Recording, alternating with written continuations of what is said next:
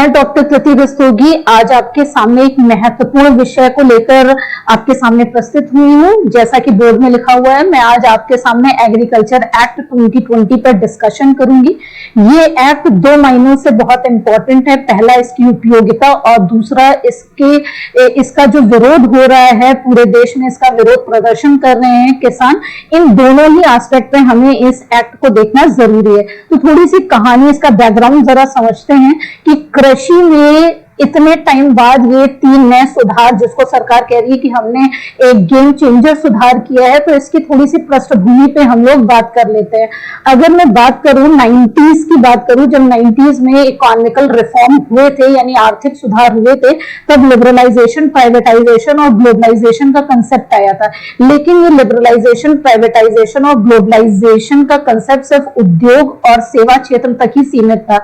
इसका जो प्रभाव कृषि क्षेत्र को मिलना चाहिए था, वो उन्हें अभी भी नहीं मिला। इनफैक्ट ग्लोबलाइजेशन का एक बहुत बड़ा नेगेटिव इंपैक्ट हमारे एग्रीकल्चर सेक्टर में देखने को मिला, क्योंकि वैश्वीकरण की वजह से जब सीमाएं विश्व के लिए, सारे देशों के लिए खुली भारत की, तो विश्व जगत से आने वाले प्रोडक्ट, जो एग्रीकल्चरल प्रोडक्ट थे, उन्होंने हमारे यहाँ के प्रोडक्ट से जब कंपटीशन करना शुरू किया, क्योंकि विश्व के कई देशों में कृषि के से रिलेटेड भारी मात्रा में सब्सिडी दी जाती है, उसके कंपैरिजन में भारत में कृषि उत्पादों पे सब्सिडी किसानों को कम दी जाती है। इस वजह से अंतरराष्ट्रीय जगत से आयात किए गए एग्रीकल्चरल प्रोडक्ट भारत में इतने ज्यादा चलन में आ गए कि हमारे यहाँ के जो एग्रीकल्चर सेक्टर या एग्रीकल्चर के जो प्रोडक्ट थे, उनके साथ कंपटीशन नहीं कर पाए और कहीं ना कहीं हमारे उत्पाद धीरे धीरे हमारे ही बाजारों से गायब होने लगे। तो ये बहुत समय बाद कृषि के लिए एक नया प्लान लेकर आए। अगर मैं यूं कहूं कि हरित क्रांति के बाद अगर कोई बड़ा सुधार अगर कृषि क्षेत्र में देखने को मिला, तो अभी तक 21वीं सदी का भारत में कृषि के क्षेत्र में कोई बड़े सुधार देखने को नहीं मिले। हाँ, कुछ लेवल पर योजनाओं को सरकार ने अवश्य अपनाया, जैसे आपने किसान बीमा योजना की बात कर ले, या सिंचाई की कर ले, सॉइल हेल्थ कार्ड की बात कर ले, किसान कॉल सेंटर की बात कर ले। इस तरीके के आप छोटे बड़े योजनाओं के माध्यम से सरकार ने सुधार अवश्य किया, लेकिन जिस तरीके से हरित क्रांति में संरचनात्मक परिवर्तन किए गए थे, वैसा कोई बड़े लेवल का परिवर्तन कृषि क्षेत्रों में देखने को नहीं मिला।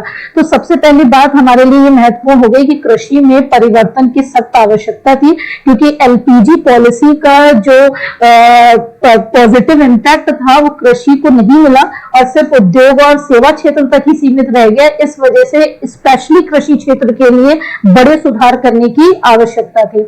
अब हम यहाँ पर एक एक करके एग्रीकल्चर के क्षेत्र में जो नए बिल लेकर आए गए, वर्तमान में ये सारे एक्ट हो चुके हैं।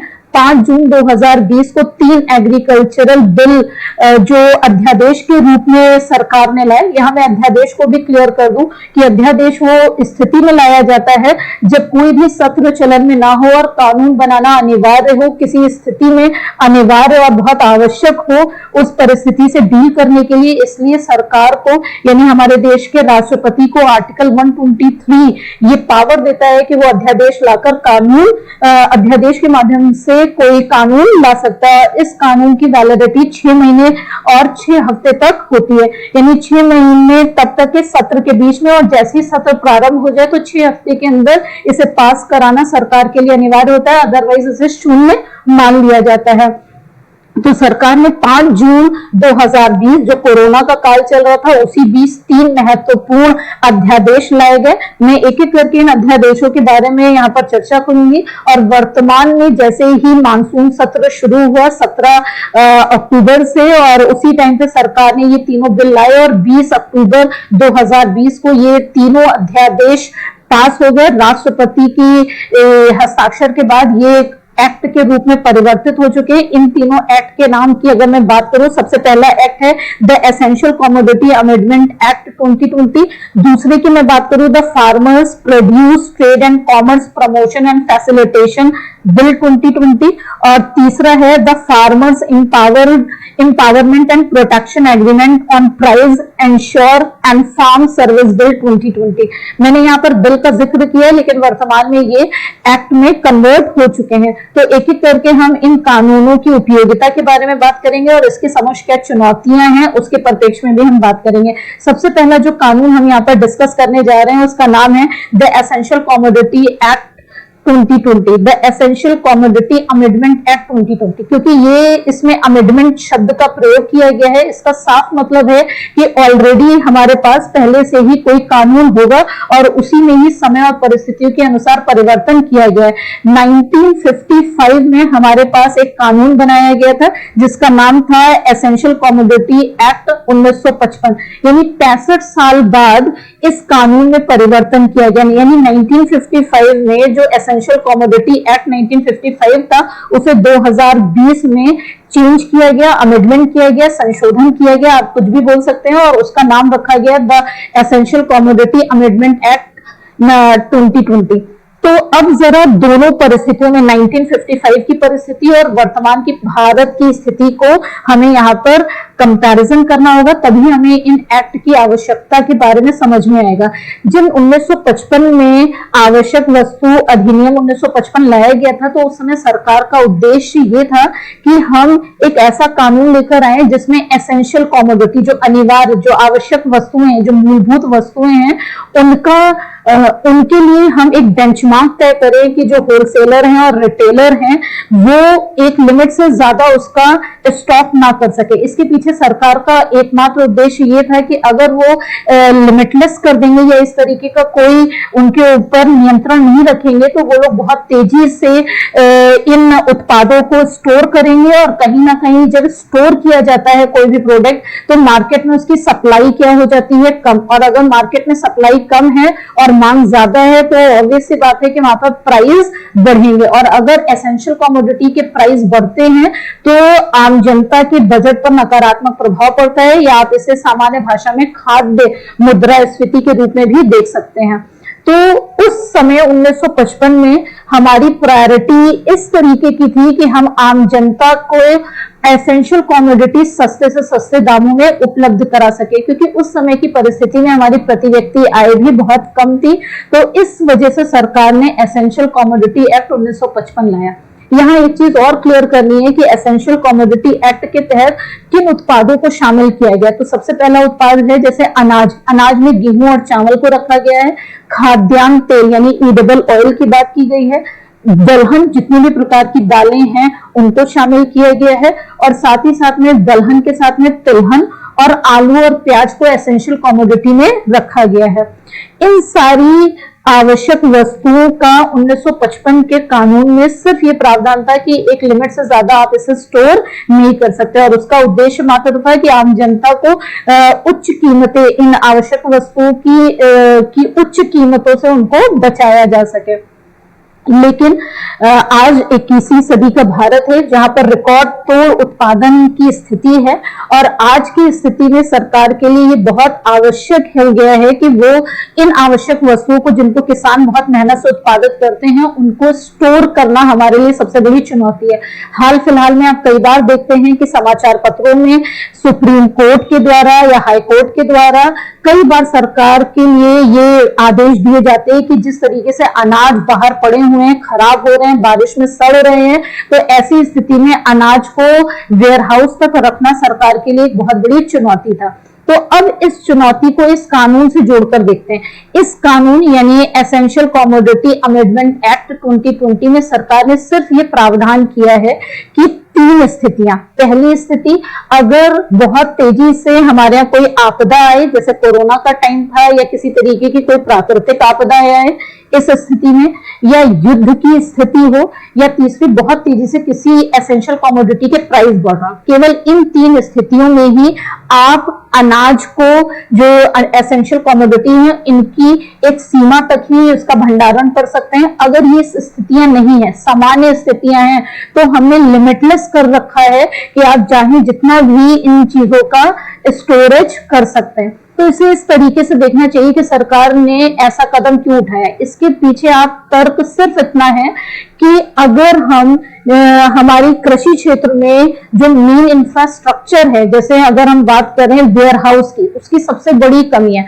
हम उत्पादन पर जितना ध्यान दे रहे हैं उतना उसका भंडारण पे ध्यान नहीं दे रहे हैं। इस वजह से सरकार के लिए जरूरी था कि हम भंडारण के लिए निजी क्षेत्रों को कृषि में प्रवेश कराएं। निजी क्षेत्र का कृषि में आना एक सकारात्मक स्थिति उत्पन्न करेगा, क्योंकि ये जो निजी क्षेत्र हैं, अगर हम इन्हें कृषि क्षेत्र से जोड़ना चाहते हैं तो उनको कई तरीके की राहत देनी जरूरी है। और यहाँ पर सरकार ने राहत सिर्फ दी है कि सामान्य परिस्थितियों में ये निजी क्षेत्र गोडाउन ज्यादा से ज्यादा बनाए, वेयर हाउस बनाए और बड़ी मात्रा में इन एसेंशियल कमोडिटी जो जल्दी से जल्दी खराब हो जाते हैं, इन एसेंशियल कमोडिटी को अपने वेयर हाउस में रखें। इससे सरकार को दो लाभ होंगे। पहला, जो हमारा अनाजों का अपव्यय है वो उसमें कमी आएगी, और दूसरा, जब ये वेयर हाउस बन जाएंगे तो इससे दो तरीके के स्किल डेवलप होंगे। एक तो ग्रामीण अर्थव्यवस्था में एम्प्लॉयमेंट जनरेट होगा, ग्रामीण अर्थव्यवस्था में इंफ्रास्ट्रक्चर बन रहा होगा, और मोस्ट इंपॉर्टेंट थिंग कि हमारा जो फूड प्रोसेसिंग इंडस्ट्री है, जो इस समय हमारी मार्केट में बहुत बड़ा रोल प्ले कर सकता है, फूड प्रोसेसिंग इंडस्ट्री, जिसपे अभी हम लोगों ने बहुत ज्यादा ध्यान नहीं दिया है, जिसपे अभी हम लोगों को बहुत ज्यादा काम करने की जरूरत है। फूड प्रोसेसिंग इंडस्ट्री उन उत्पादों को कहा जाता है जो कृषि के कच्चे माल को फिल्टर करके या रिप्रोड्यूस करके उनको इस तरीके से उत्पाद में कन्वर्ट करते हैं कि वो लंबे समय तक प्रिजर्व रहें और उनके मूल्यों में भी वृद्धि हो। फॉर एग्जाम्पल, अगर हम गेहूं को रखकर उसको आटे में कन्वर्ट करके, पतंजलि है या आशीर्वाद आटा है, ये सब फूड प्रोसेसिंग इंडस्ट्री है। जैसे पार्ले जी है, किसान है, ये लोग बड़े बड़े फूड प्रोसेसिंग इंडस्ट्री जिन्हें बल्क में इस तरीके के रॉ मटेरियल के रूप में कृषि उत्पाद चाहिए होते हैं। तो ये जो बड़ी फूड प्रोसेसिंग इंडस्ट्रीज हैं, ये तभी हमारे देश में बहुत अच्छा काम कर पाएंगे जब हमारे यहाँ वेयर हाउस की अच्छी स्थिति हो। और वेयर हाउस के लिए सरकार के पास इतना निवेश नहीं है, सार्वजनिक निवेश इतना नहीं है कि वो बहुत बड़ी संख्या में जो है वेयर हाउस बनाए। इस वजह से आवश्यक है कि निजी क्षेत्रों को कृषि क्षेत्र में इन्वाइट किया जाए, और इन्वाइट करने के लिए सबसे अच्छा तरीका है कि हम इन एसेंशियल कमोडिटीज के लिए उन्हें लिमिटलेस कर दें। लेकिन सिर्फ सामान्य परिस्थितियों में इस चीज पे बहुत ध्यान रखिए कि सरकार ने 3 कंडीशन पर जोर दिया है कि युद्ध की स्थिति में, आपातकाल की स्थिति में और इन चीजों के अगर प्राइस तेजी से बढ़ेंगे, केवल इन 3 स्थिति में आपके भंडार की लिमिट तय की जाएगी। अदरवाइज आप बेहिसाब चीजों को रख सकते हैं। यहाँ बेहिसाब रखने का मतलब है कि कृषक अगर बहुत तेजी से उत्पादन कर रहे हैं तो हमारे पास निजी क्षेत्र के पास में उत्पादन को स्टोर करने की कैपेसिटी भी उसी रफ्तार में बढ़े, जो बहुत जरूरी है। अदरवाइज हम कृषि में चाहे जितना अच्छा काम कर लें, लेकिन अगर हमारे पास आधारभूत सुविधाएं नहीं होंगी तो कृषकों को लाभ नहीं दे सकते। तो यहाँ ये समझना भी बहुत जरूरी है कि ये एक्ट लाकर सरकार ने 2 एस्पेक्ट पे काम किया। एक तो किसानों को ये लाभ मिलेगा कि जब निजी क्षेत्र तेजी से हमारे यहाँ वेयर हाउस खोलने के लिए आएंगे तो किसानों के पास कई सारे विकल्प होंगे कि वो किस वेयर हाउस होल्डर को या किस व्यापारी को जिसके पास गोडाउन की सुविधा है उसको अपना अनाज बेचे, क्योंकि अभी किसानों के पास गिने चुने ही विकल्प हैं। अब अगर निजी क्षेत्रों का प्रवेश होता है तो किसानों के पास विकल्प बढ़ेंगे और जिससे वो अपने उत्पादों का अच्छा मूल्य प्राप्त करेंगे। पहला फायदा ये किसान को होगा। दूसरा फायदा जो निजी क्षेत्र के आने से जो ग्रामीण अर्थव्यवस्था में एम्प्लॉयमेंट जनरेट होगा, इंफ्रास्ट्रक्चर जनरेट होगा, ये बहुत बड़ा फायदा है। आज जो किसानों के द्वारा उत्पादित वस्तुओं को हम अभी स्टोर करने की हमारे पास कैपेसिटी नहीं है, उसमें वृद्धि होगी, यानी अनाज का अपव्यय यानी जो खराब सड़ता है उसको बचाने में हमारा एक बहुत बड़ा अचीवमेंट हो जाएगा। और मोस्ट इंपॉर्टेंट थिंग, जब वेयर हाउस बढ़ेंगे हमारे देश में और हम स्टोरेज कैपेसिटी बढ़ेगी तो इससे हम भविष्य में कृषि उत्पादों को निर्यात करने की संभावनाएं भी हमारी तेजी से बढ़ेगी। और अगर फूड प्रोसेसिंग इंडस्ट्रीज को अगर हमें बढ़ावा देना है तो ये बहुत जरूरी है कि हमारे पास वेयर हाउस की उपलब्धता भारी मात्रा में हो। यहाँ वेयर हाउस के बारे में एक चीज और समझना हमारे लिए जरूरी है कि वेयर हाउस कोल्ड स्टोरेज एक ऐसे बड़े भंडार गृह होते हैं जहां पर उच्च तकनीकों के माध्यम से हम कृषि उत्पादों को खराब होने से बचाते हैं। तो इसका साफ मतलब है कि कृषि में उच्च तकनीकों का भी प्रवेश होगा, रिसर्च और डेवलपमेंट के एस्पेक्ट में भी विकास होगा, ताकि हम इन उत्पादों को अच्छे से प्रोटेक्ट कर सके। तो अगर आप ओवरऑल इन चीजों को देखें तो ये एक्ट हमारे कृषि, हमारे इंफ्रास्ट्रक्चर के लिए, किसानों के लिए, निर्यात के लिए, फूड प्रोसेसिंग इंडस्ट्रीज के लिए, एम्प्लॉयमेंट के लिए बहुत ही इंपॉर्टेंट रोल प्ले करने वाले हैं।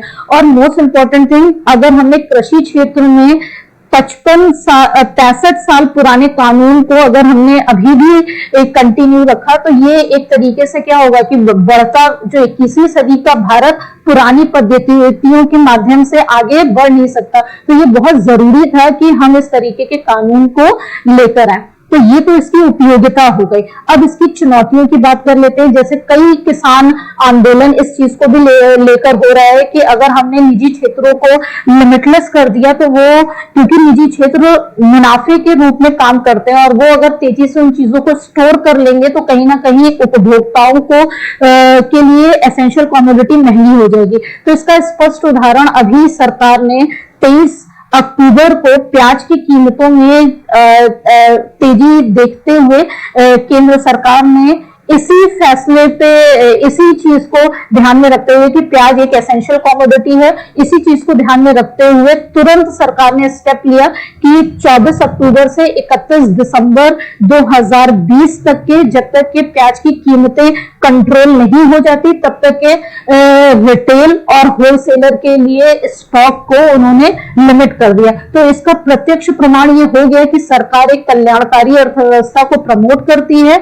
और जैसे ही प्याज की कीमतों में वृद्धि देखने को मिली, इस समय 75 रुपए 80 रुपए के पार चला गया है प्याज, और सरकार ने 23 अक्टूबर 2020 को एक बहुत बड़ा स्टेप लेते हुए जो होलसेलर हैं उनके लिए 25 टन की लिमिट रखी है और जो रिटेलर हैं उनके लिए 2 टन। तो इससे स्पष्ट हो जाता है कि जो इस तरीके की चिंताएं कर रहे हैं कि भविष्य में प्राइस बढ़ जाएगा, फूड इन्फ्लेशन होगी, उपभोक्ताओं को के बजट पर नकारात्मक प्रभाव पड़ेगा, तो सरकार का ये कदम इस तरीके के जो अफवाहें हैं या इस तरीके की जो संशय हैं या संभावनाएं हैं उनको स्वतः ही दूर कर देता है। इस प्रकार से हम कह सकते हैं कि ये एसेंशियल कमोडिटी अमेंडमेंट एक्ट 2020 हमारी अर्थव्यवस्था के लिए गेम चेंजर साबित हो सकता है। अब मैं दूसरे कानून की तरफ आती हूँ और दूसरा कानून है the farmer produce trade and commerce promotion and facilitation act 2020। इस कानून में जो सबसे इंपॉर्टेंट बात है कि ये किसानों को एपीएमसी, जो एग्रीकल्चर प्रोड्यूस मार्केट कमिटीज थी, उनके अलावा एक ऑल्टरनेटिव किसानों को दे रहा है कि आप चाहे पुरानी पद्धति मंडियों में जाकर आप चाहे तो अनाज बेच सकते हैं, और अगर आप खुले बाजार में आपको व्यापारी मिलते हैं वहां पर भी आप अपना अनाज बेच सकते हैं। इस चीज को इस तरीके से समझने की जरूरत है कि अभी हमारे देश की जो कुल आबादी है उसका 60+ प्रतिशत गांव में रहता है, और अगर 60% आबादी से ज्यादा लोग गांव में रह रहे हैं और वहां पर 40 से 45% आबादी एग्रीकल्चर पर ही है, और हमारी जो ग्रामीण पृष्ठभूमि है 6.5 लाख से ज्यादा गांव है। लेकिन अगर मैं बात करूं ओवरऑल, एनएसओ की रिपोर्ट कहती है कि हमारे देश की ग्रामीण अर्थव्यवस्था में हार्डली 7 से 8 हजार मंडियों की व्यवस्था है। अब आप इस तरीके से अनुमान लगा सकते हैं कि 7 से 8 हजार मंडियों में देश के 40% किसान कैसे पहुंचेंगे। तो कहीं ना कहीं हमारे देश में जो मंडियों की व्यवस्था है उनमें 2 कमियां हैं। पहली, एक तो मंडी की आपूर्ति हर जगह उपलब्ध नहीं है, और क्योंकि हमारे मार्जिनल किसानों की संख्या बहुतायत में है, इस वजह से भी मार्जिनल किसान मंडियों तक नहीं पहुंच पाते। इस वजह से ये आवश्यक हो जाता है कि हम किसानों को एक अलग विकल्प दें कि वो अपना अनाज मंडियों के बाहर भी, अगर उनको व्यापारी उनको कृषि उत्पाद के लिए अच्छा पैसा दे रहे हैं, तो वो वहां पर दे सकते हैं। इससे दो बड़े फायदे होंगे।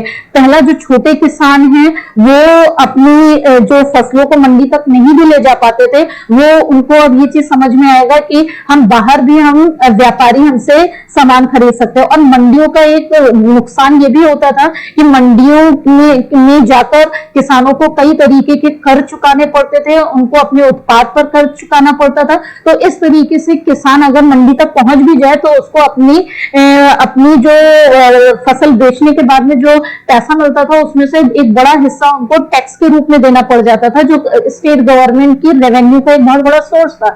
लेकिन अगर हम किसानों को एक अल्टरनेटिव, एक विकल्प के रूप में एक नई व्यवस्था देना चाहते हैं कि हम उन्हें ये कहें कि आप बाजार में कोई भी अगर आपको व्यापारी अच्छा मूल्य देता है, क्योंकि हर किसान को अपने उत्पाद की लागत पता है, और अगर उसको अपनी लागत से अच्छे मूल्य मिल रहे हैं तो वो आसानी से बाहर बेच सकता है। इससे उसको दो लाभ ये होंगे कि उसे मंडी में जो ले जाकर ट्रांसपोर्टेशन का खर्चा, टैक्स का खर्चा और कई तरीके की जो दिक्कतें आती हैं उससे छुटकारा मिलेगा।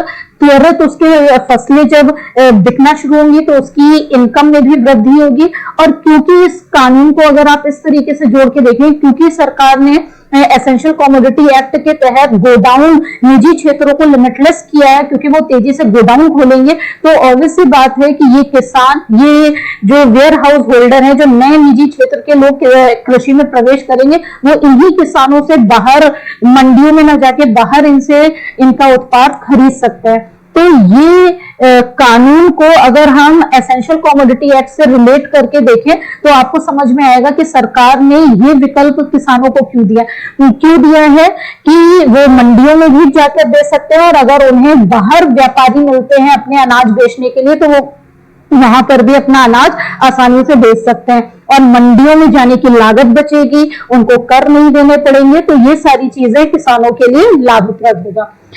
यहाँ पर जो सबसे बड़ा, अब इसकी जो लाभ की बात है, इसके साथ साथ इसमें बहुत ज्यादा जो इसमें विवाद हुए वो इस चीज को लेकर हुए कि सरकार यहाँ कहीं ना कहीं मिनिमम सपोर्ट प्राइस को हटाने की बात कर रही है या मंडियों को हटाने की बात कर रही है।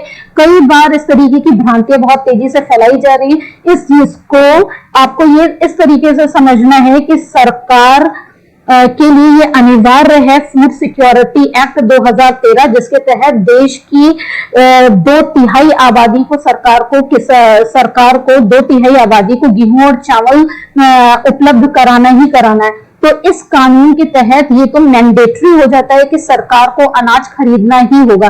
तो यहाँ सरकार की भूमिका तो खत्म हो ही नहीं सकती, क्योंकि सरकार फूड सिक्योरिटी एक्ट 2013 से बंधी हुई है।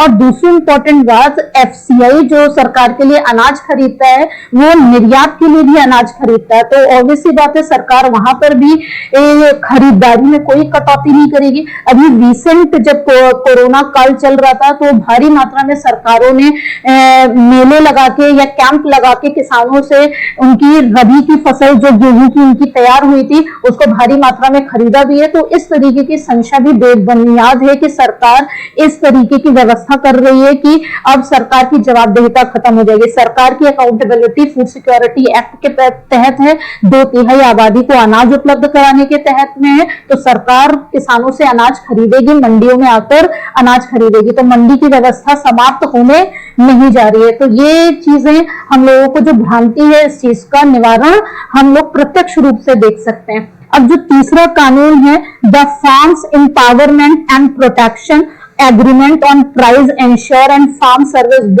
एक्ट 2020, इसको शॉर्ट फॉर्म में आप कॉन्ट्रैक्ट फार्मिंग की बात कर सकते हैं। कॉन्ट्रैक्ट फार्मिंग हमारे देश में कोई नया विकल्प नहीं है, या पहली बार ऐसी व्यवस्था नहीं आ रही है।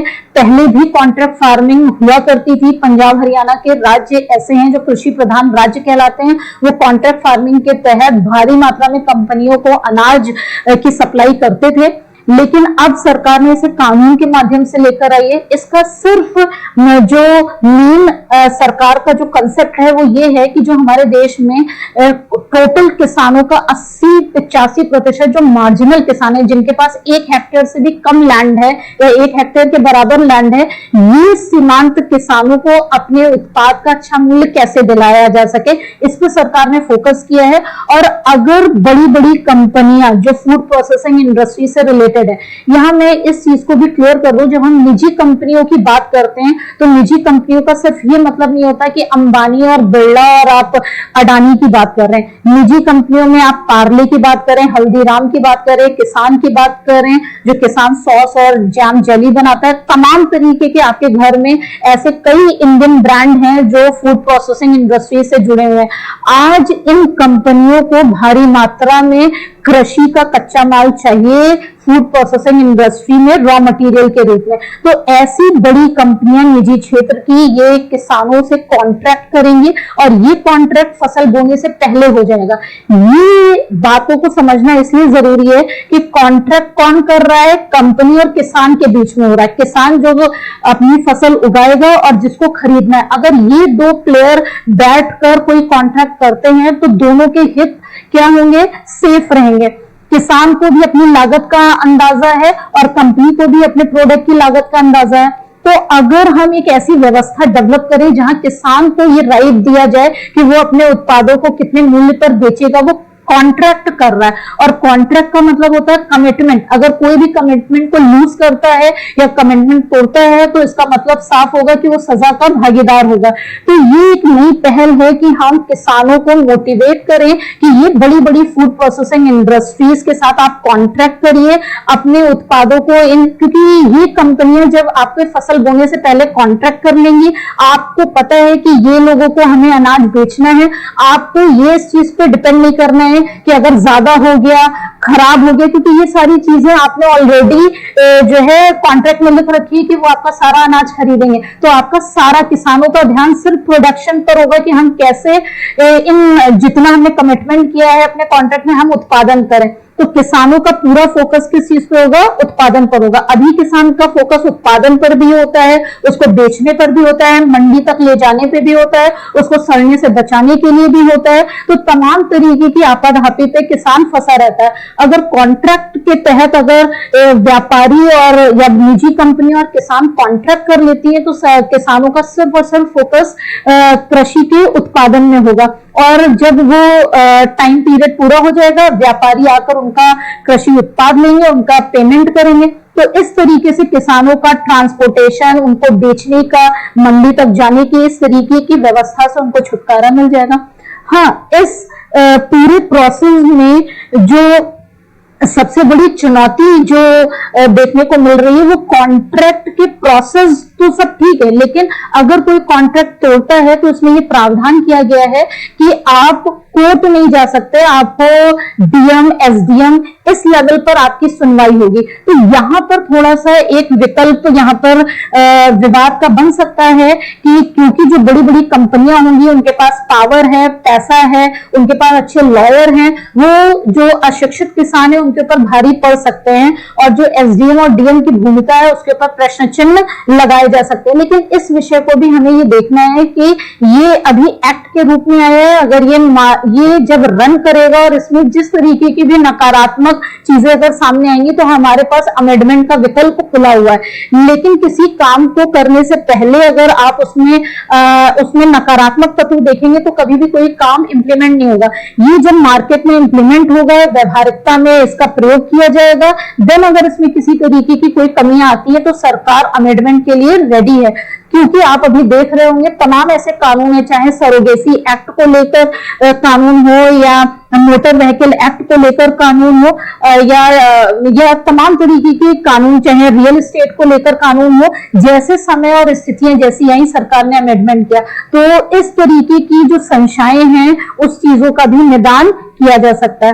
तो कुल मिलाकर अगर हम देखें तो ये पूरे तीनों जो कानून लाए गए हैं वो कृषि, किसान और हमारी अर्थव्यवस्था तीनों के लिए बहुत महत्वपूर्ण है। तो हमें ये समझना होगा कि अनावश्यक हमें इस तरीके के विवादों में पड़ने की आवश्यकता नहीं है। आई होप आप लोगों को ये बिल के महत्व, उसकी उपयोगिता और उसमें जो चुनौतियां हैं और चुनौतियों के साथ जो अफवाहें हैं उनके बारे में आपको समझ में आ गया होगा। और इन अफवाहों को हम कैसे मिनिमाइज कर सकते हैं, इनसे किस तरीके से दूर हो सकते हैं, इसके बारे में हमने आपको बताया। यहाँ पर एक चीज और गवर्नमेंट का रोल बढ़ जाता है कि अगर गवर्नमेंट इन चीजों के प्रति अवेयर करे, चाहे वो डिजिटल प्लेटफॉर्म के माध्यम से या चौपाल के माध्यम से, ग्राम प्रधान के माध्यम से, इस तरीके की अगर अवेयरनेस फैलाई जाए तो इस तरीके के प्रदर्शन से भी मुक्ति मिल सकती है। और ये हमारी अर्थव्यवस्था, हमारी स्पेशली ग्रामीण अर्थव्यवस्था के लिए मील का पत्थर साबित हो सकते हैं ये तीनों एक्ट।